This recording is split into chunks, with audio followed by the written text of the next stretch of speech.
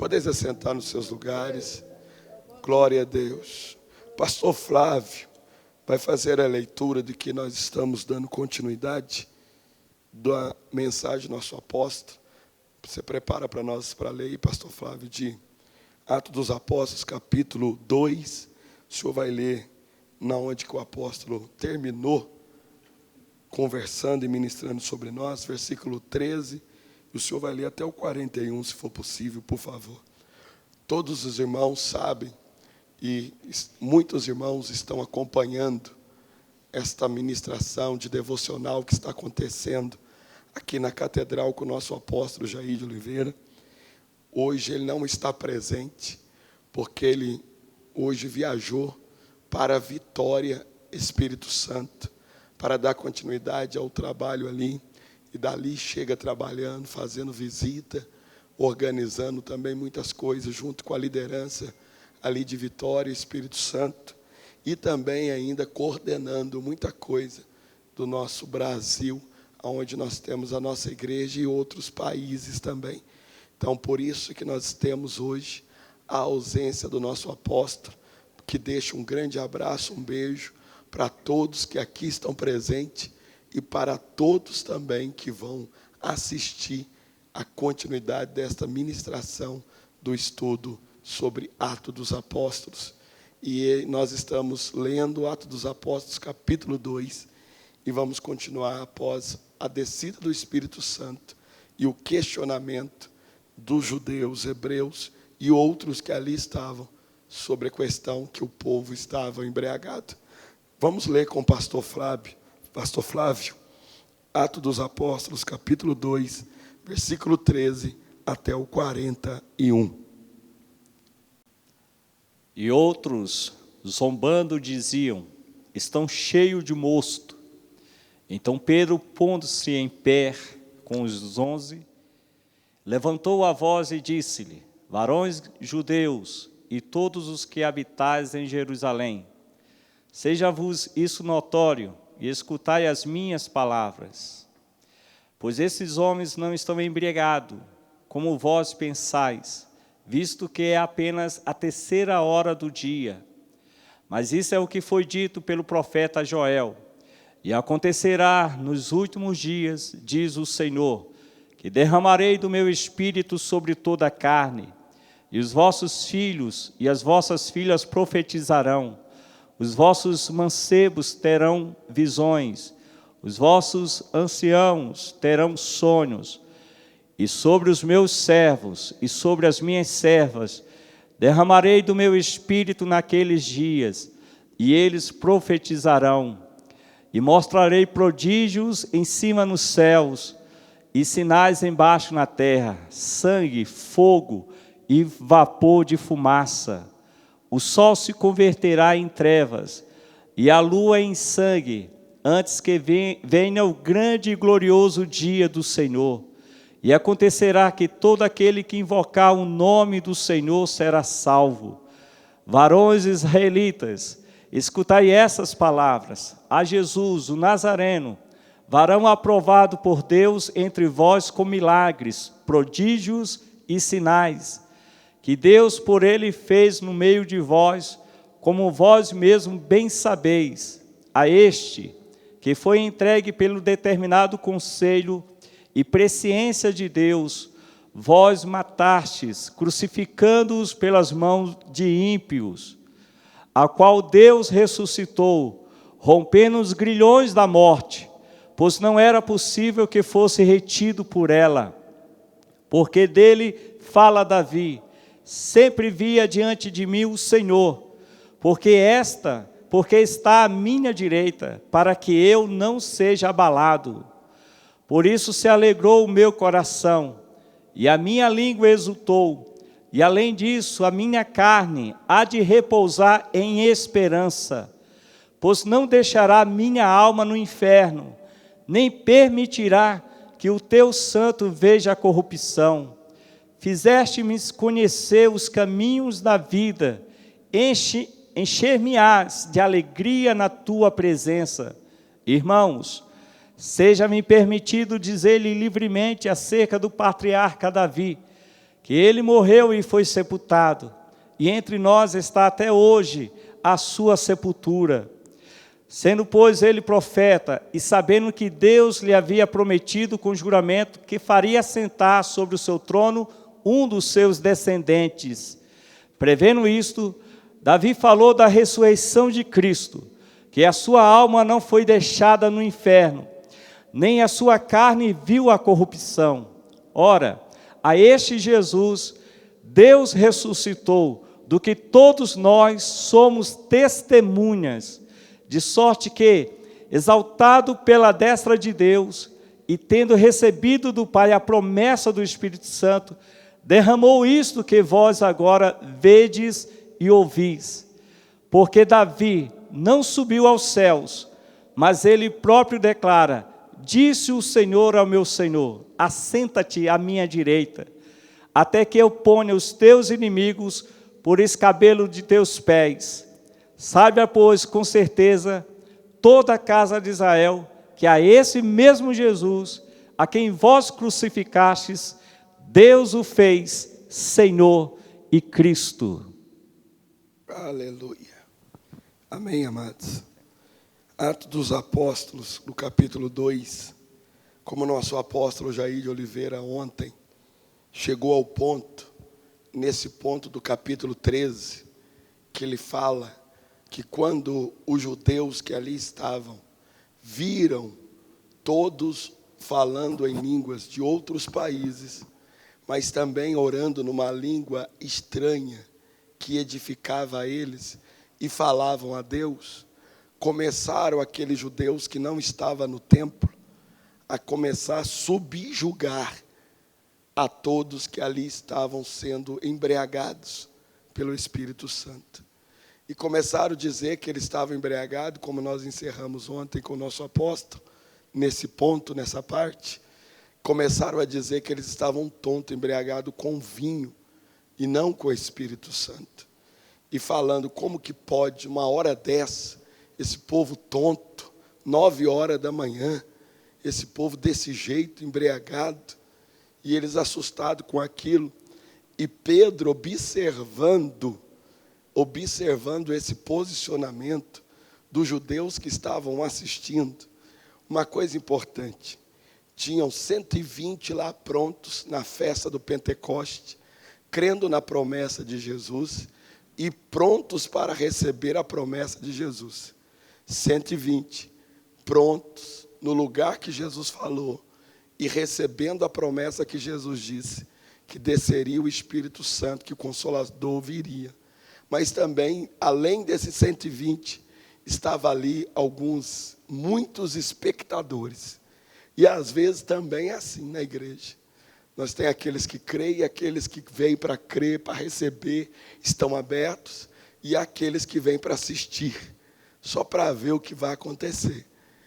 Eu fico vendo algumas leituras e palavras de algumas pessoas lá em Belo Horizonte, que às vezes falam assim: qualquer dia eu vou lá. Já algumas pessoas já falaram comigo: qualquer dia eu vou lá assistir o seu culto. Qualquer dia eu vou lá assistir o culto. É televisão agora? É o quê? É filme? Assistir vai no cinema, no teatro. Culto não se assiste, culto você vive, participa e presta. É ou não é? Culto não se assiste, culto você participa, você vive e presta a Deus, né? Vou lá assistir um culto. Então, quer dizer, eu vou lá só ver o que vai acontecer. E esses que estavam lá, não no templo, não aguardando a promessa, não na expectativa, a hora que eles começaram a assistir o que estava acontecendo, uns falando em outras línguas de outros países, sendo preparado para que o evangelho fosse espalhado, e outros também falando em línguas que ninguém entendia, aí eles começaram a subjugar. Esse povo está tonto, 9 horas da manhã, como é que pode um negócio desse? Apesar que a gente ouve e vê, né, algumas pessoas dependentes do álcool, não tem hora quando a pessoa cai, é a hora que tiver. Tem uns que nem espera nem o boteco abrir, a hora que o dono do boteco chega e já está lá na porta para beber um. E acharam que aqueles 120 estavam assim. Mas era a descida do Espírito Santo sobre a vida deles. Não era não era vinho estranho, não era vinho de fermentação, era vinho do Espírito, da presença de Deus. E quando Pedro vê isso, irmãos, o que Pedro faz? Ele começa a querer se posicionar. E não só querer, mas se posicionou para defender as críticas que a igreja que estava nascendo ali, a congregação que estava nascendo ali. Nós vamos poder dizer que esse é o primeiro sermão congregacional da igreja. Se nós formos olhar o livro de Atos dos Apóstolos, o livro de Atos dos Apóstolos, ele poderia também ser chamado o livro do discurso dos apóstolos. O mesmo livro de Atos dos Apóstolos poderia também ser chamado o livro do discurso dos apóstolos. Existem 19 mensagens pregadas no livro do Atos dos Apóstolos. 8 são de Pedro, 8 mensagens de Pedro, 9 do apóstolo Paulo, e mais uma de Estevão e uma de Tiago. E ainda tem 4 discursos de não crentes no livro de Atos dos Apóstolos. A gente vê Gamaliel, a gente vê um oficial de Éfeso, que traz também mensagem no livro de Atos dos Apóstolos. Quando Pedro prepara a defesa do que estava acontecendo, uma coisa que o apóstolo falou aqui, e é muito, irmãos, o dínamos, uma coisa que a gente fala, barulho não traz a presença de Deus. Mas a presença de Deus, às vezes, traz um barulho. É ou não é? Um barulhão de glória a Deus, de alguém chorando, gritando, se ajoelhando, pondo o rosto em terra, gritando por misericórdia, gritando por... Né, igual o apóstolo falou ontem, nosso apóstolo Jair, dizendo como que eles discerniram que eles estavam embriagados. Como é que você discerne uma pessoa embriagada? Né? Tinha algum movimento no corpo, tinha alguma ação que identificava que eles estavam embriagados. Cambaleando, alguém caiu, como o apóstolo Jair falou ontem, não adianta cair, mas também não levantar, restaurado e com a vida mudada, com novas práticas no Evangelho. Então eles não estavam normal, eles estavam praticamente, se for analisar, fora de si. E não é isso que quando cai uma carga de poder, você já levou um choque? Quem já levou um choque? Levanta a mão. Você ficou normal? No mínimo você deu um... É ou não é? No mínimo você deu uma sacudida. Então, quando o Espírito Santo moveu, desceu sobre a igreja, desceu sobre aqueles 120, e eles ficaram embriagados, alguém ali ficou cruzando as pernas, né, andando para lá e para cá, balançando. Alguém correu, alguém ajoelhou, alguém parecia que estava meio embriagado, os olhos de uma forma diferente, a fala também de uma forma diferente. Então isso testificou que eles estavam aparentemente embriagados, mas com o poder de Deus, com a presença de Deus. Pedro, vendo as indagações dos hebreus, dos judeus, subjugando esse mover, subjugando essa ação de Deus, subjugando esse derramar de Deus, Pedro prepara a sua defesa como advogado da igreja ali naquele momento. E ele prepara a sua defesa iniciando no livro de Joel. É ou não é? Você vai analisar aí, Pedro. Ele começa a citar para os judeus ali o livro de Joel, ele trazendo a promessa do livro de Joel, que o nosso amigo, nosso pastor... Para você ver, o inimigo. No livro de Joel, ele vai iniciar a sua defesa do que está acontecendo, dizendo sobre o que Joel havia dito. É ou não é? É bem claro ali, quando o apóstolo Pedro vai citando, e ele começa a falar sobre o livro de Joel, sobre a descida do Espírito Santo, sobre o derramar do Espírito Santo, sobre aquilo que havia Joel proclamado. Por que Pedro, você já pensou, por que o apóstolo Pedro começa a trazer a defesa a respeito da descida e do mover de Deus, do Espírito Santo, no livro de Joel. Por quê? Para trazer à mente dos judeus que esta promessa já estava feita no Antigo Testamento. Descerá sobre ti o Espírito Santo, poder do Altíssimo te envolverá. Aí ele fala que o Espírito viria, os jovens sonhariam, os velhos teriam visões. E a Bíblia vai descrevendo, quando ele vai dizendo, haverá prodígios sobre a terra. Quando derramaram do Espírito, minhas servas nos dias, meus servos e servas profetizarão. Nos últimos dias aconteceria que o Senhor derramaria sobre o Espírito dele, sobre os filhos e filhas. Uma das coisas interessantes, que era muito inteligente da parte do apóstolo Pedro, começar a defender essa ação do Espírito no Antigo Testamento, porque os irmãos aqui sabem, a respeito dos judeus, que era muito pegado ao Antigo Testamento, aos profetas. Havia, com certeza, sim, você sabe, um pouco ainda de rejeição a respeito de Jesus, como se fosse um novo profeta no meio dos judeus, não como o Cristo de Deus. Então, quando Pedro pega o livro de Joel para defender essa ação, derramar do Espírito, eles estavam dizendo, não está nada fora do lugar, não está nada fora daquilo que nós já sabemos que iria acontecer. Só não aconteceu antes, aconteceu agora o derramar do Espírito que está sobre nós. E ele vai defendendo, falando sobre a ação. E uma das coisas que eu acho assim, magnífico, poderoso, depois que ele apresenta a defesa, Pedro aponta praticamente para os judeus que ali estavam, os 3 planos e as 3 mensagens.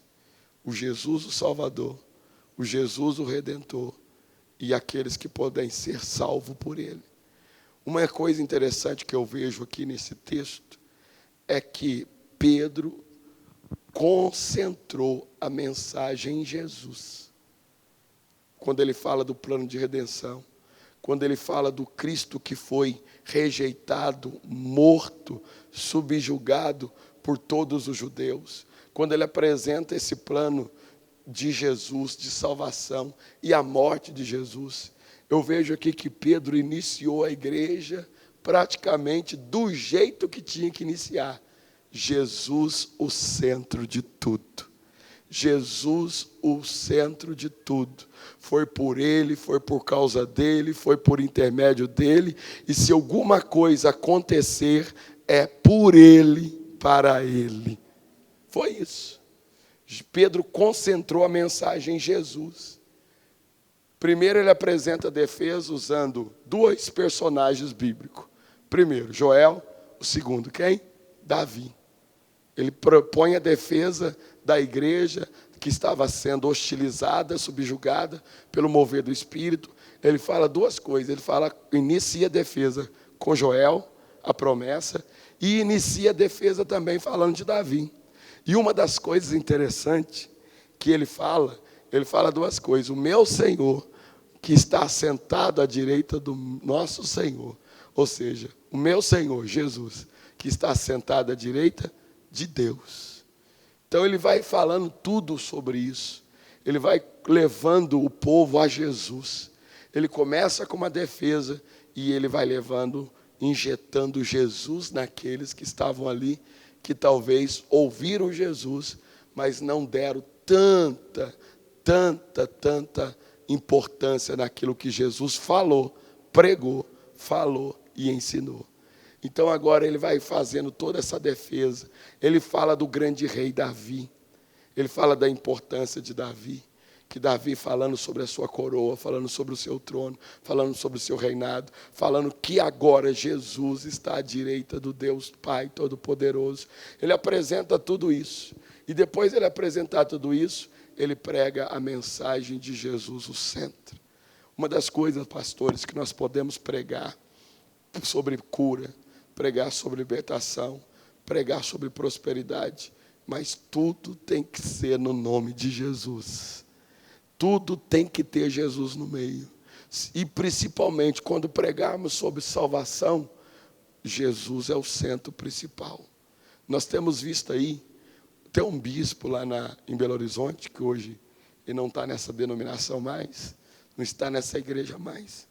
E ele tinha um culto lá que ele fez hoje lá na igreja, assistir esse culto. Um culto 10 horas da noite. 10 horas da noite. Meus irmãos, a catedral deles lá é grande, grande. Das 10 até meia-noite, um pouco antes da meia-noite. Eles tiveram que arrumar cadeiras brancas, já era grande. Eles tiveram que arrumar cadeiras brancas para caber mais o povo. E ainda ficava gente lá de fora. E esse bispo dessa denominação, que depois surgiu um escândalo dele lá e tal, uma coisa muito séria, de uma denominação muito grande, ele chegou a um ponto de dizer assim, olha, quando você está muito forte espiritual, você não precisa nem de Jesus para expulsar demônio. Você não precisa nem de Jesus para fazer muita coisa. Porque na intenção da palavra dele, não sei se foi a motivação, com certeza alguma coisa já estava mexida no coração dele. Olha para você ver, no meu nome, ele fez lá no dia da libertação, no meu nome, na bênção que está sobre mim, sai Satanás. E o diabo saiu. Aí você vai falar, por que saiu, senão não sai, não é no nome de Jesus? Porque o diabo também é inteligente, irmão. Ele quer prender alguém no orgulho, na soberba. E ele coopera para que venha a queda. Uma coisa que o diabo é inteligente, ele não tem pressa para nos derrubar. Ele tem um projeto para nos derrubar. Se daqui 10 anos nós tivermos caído, ele vai esperar e vai trabalhar para isso que aconteça. Ele não tem pressa. Então, eu assisti esse culto, eu ficava assim admirado de saber na capital daquela, porque o povo trabalha, corre daqui, corre para ali, e praticamente Belo Horizonte é uma junção, tem pedaço de Contagem, Betim, tem aquela monte de cidade envolvida ali, e o povo vinha de longe para assistir esse culto. E ele caiu nessa besteira de tirar Jesus do centro de tudo aquilo que estava acontecendo, e disse, quase ele disse, eu sou o cara. Aí, atrapalhou tudo. Depois surgiu um escândalo lá de uma pessoa que estava envolvendo aquela coisa, aí o bispo nacional dele teve que intervir, mas ele era o cara que estava sacudindo Belo Horizonte, de uma coisa assim violenta mesmo, mas ele tirou Jesus do centro. Que a nossa mensagem nunca falte Jesus no centro. Seja canalizada para Jesus, voltada para Jesus. Ô, gente, nós podemos crescer, podemos prosperar, mas escute, Jesus morreu na cruz para nos salvar. Ele perdoa, não importa onde você caiu, onde você pecou, Ele te levanta, Ele te dá uma nova chance. Pedro trouxe todos que estavam ali, presta atenção, todos que estavam ali subjugando aquele mover, aquela ação. Na primeira mensagem, congregação de Pedro, a primeira coisa que ele faz, ele apresenta uma defesa e apresenta que isto que eles estavam vivendo era a promessa de Joel, e também o próprio rei Davi havia falado um pouco sobre isso, e depois ele canaliza Jesus no meio. Ele começa a dizer, vocês rejeitaram o Cristo, vocês crucificaram ele, trocaram ele por Barrabás, mas ele veio para nos resgatar como ovelha desgarrada, perdida. E aí, irmãos, acontece um fenômeno que todos nós pastores desejamos que acontece um dia. Eu não sei mais ou menos quando você já fez o apelo. O seu maior apelo para aceitar Jesus foi de quantas pessoas que aceitou um dia?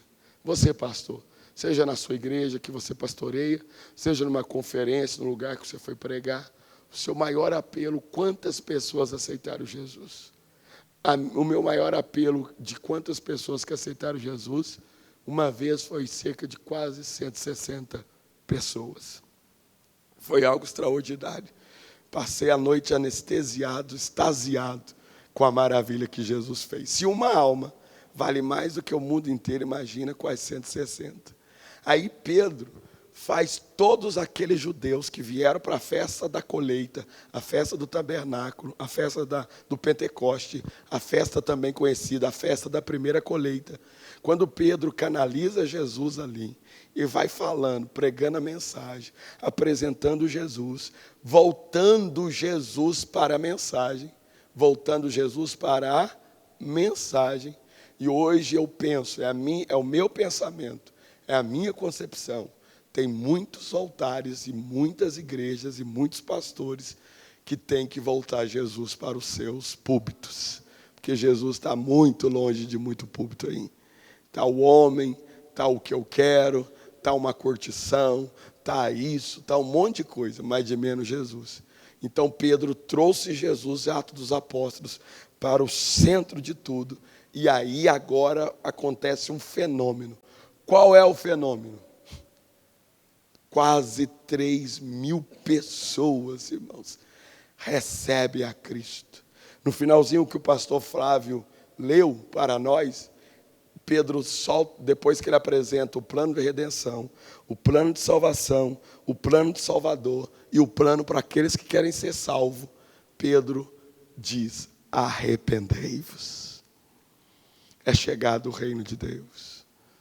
Sejai-vos batizados, no nome do Pai, do Filho e do Espírito Santo. Pedro apresenta isso e faz o apelo. Naquele dia, a Bíblia diz para nós, nesse mesmo texto, quase 3.000 pessoas receberam a Cristo. Que coisa violenta, irmãos. Meu Deus do céu. Se tinha 3.000, quase 3.000 pessoas que aceitaram Jesus, quantas pessoas que estavam lá nessa festa? Você já parou para pensar? Quantas pessoas que estavam lá? De proporção para ganhar quase 3.000 pessoas. Você pode até dizer, mas às vezes tinha quase 3.000, Pedro ganhou tudo. Mas vamos dizer que não tinha 3.000, tinha mais, tinha muita gente. Aquilo que poderia ser chacota, se Pedro não se posicionasse, poderia ter sido um momento divino, um momento de cumprimento da promessa, a descida do Espírito Santo, poderia ter virado chacota por causa das indagações e por causa das piadinhas e por causa do julgamento que eles estavam embriagados com outro vinho, se Pedro não se posicionasse. Irmãos, pastores, nós, quando houver alguma ação contra a igreja, nós não podemos ser profetas calados, profetisas caladas. Nós temos que nos posicionar. O que é isso que aquela pessoa está chorando tanto? Para que essa bobeira? Ô irmão, deixa ela adorando a Deus. Jesus foi de encontro a ela, você não sabe o que está acontecendo. Talvez ela acabou de receber a resposta. Então hoje a gente vê muitos críticos, os irmãos de Davi. Nós estamos precisando mais. Nós estamos precisando mais de Arão e Ur e menos de Eliabe. Os críticos, não é verdade? Alguém ajoelha, alguém está pulando. Para que esse exagero? Hoje a própria igreja subjuga a própria igreja, aponta o dedo.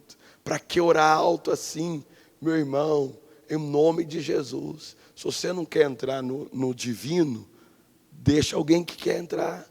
Se alguém não quer se envolver na glória, deixa alguém que quer entrar. Eu já ouvi umas besteiras, irmãos, terríveis, um tempo atrás. Vou terminar 1 minuto agora. Menos de 1 minuto, vou terminar. Irmãos, eu ouvi umas besteiras. Um dia eu ouvi um pastor dizer, gente, vamos tomar cuidado. Na hora do mover do Espírito, vamos segurar. Porque a gente sai falando em línguas, aí gente rica não chega na igreja porque não sabe. Usou essa expressão. Porque não sabe, fica desesperado, assustado, que o irmão pula, sapateia, uns corda da igreja, profetiza. O irmão, eu quero ficar com o Espírito Santo. Se o rico quiser, que venha ficar com o Espírito Santo também. Se não quiser, a nossa decisão é ficar com o Espírito Santo. Eu ouvi isso, irmão, mas eu não aguentei. A hora que eu vi, eu fiquei cego, até do culto eu saí. Eu fiquei revoltado. Como que pode, irmãos? E hoje a gente vê algumas igrejas aí que tem se mover, e é uma das igrejas que tem mais gente rica. Que entrega, deixa profeta ser usado, tem general lá dentro, tem banda de militar lá dentro, tem uns caras top nível de grande escala, e nós querendo deter o Espírito Santo por causa de uma reação que uma irmã pode ter quando ele tocar, se vai orar, se vai chorar. Ah, irmão, vá tomar banho na soda, é ou não é? Que o Espírito Santo tenha liberdade na nossa vida para fazer do jeito que Ele quer, da maneira que Ele quer. E vamos continuar colocando Jesus no centro, falar para o povo arrepender, falar da promessa cumprida. E vamos, no nome de Jesus, fazer os apelos, porque chegou novamente uma estação de novos convertidos que virão e de restauração de pessoas que foram, que voltarão em nome do Senhor Jesus.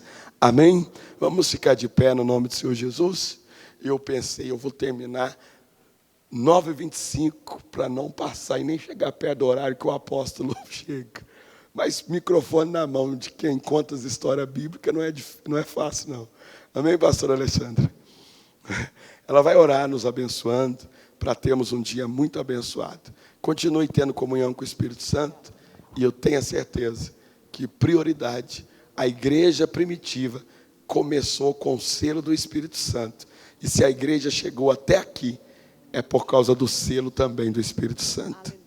Por favor, pastor. Pai querido e santo, nós queremos te agradecer, ó Deus, por essa manhã gloriosa na tua presença. Meu Deus, pelos momentos que nós passamos aqui em oração. Meu Deus, por essa palavra, Senhor, que nós ouvimos. Pai, eu quero te agradecer, Senhor, por tudo aquilo que o Senhor fez aqui no nosso meio. Pai, no nosso dia já está abençoado, Senhor. A tua bênção já foi liberada sobre a vida de cada um dos teus filhos que aqui estão. Meu Deus, sobre a vida daqueles, ó Pai, pelos quais nós intercedemos nessa manhã, Senhor. As causas aqui apresentadas, ó Pai, o Senhor já está agindo. E nós queremos agora só te agradecer, ó Deus, por tudo. Ah, Senhor, que cada um agora, Senhor, que vai para as suas atividades do dia a dia, Senhor, seja bem sucedido em tudo que for fazer, em cada decisão, em cada trabalho, Senhor. Que essa seja uma quarta-feira abençoada, em nome de Jesus. Amém. Amém. Deus nos abençoe e um ótimo dia para todos nós, abençoado em nome de Jesus. E amanhã estaremos aqui novamente, assim querendo Deus, em nome de Jesus.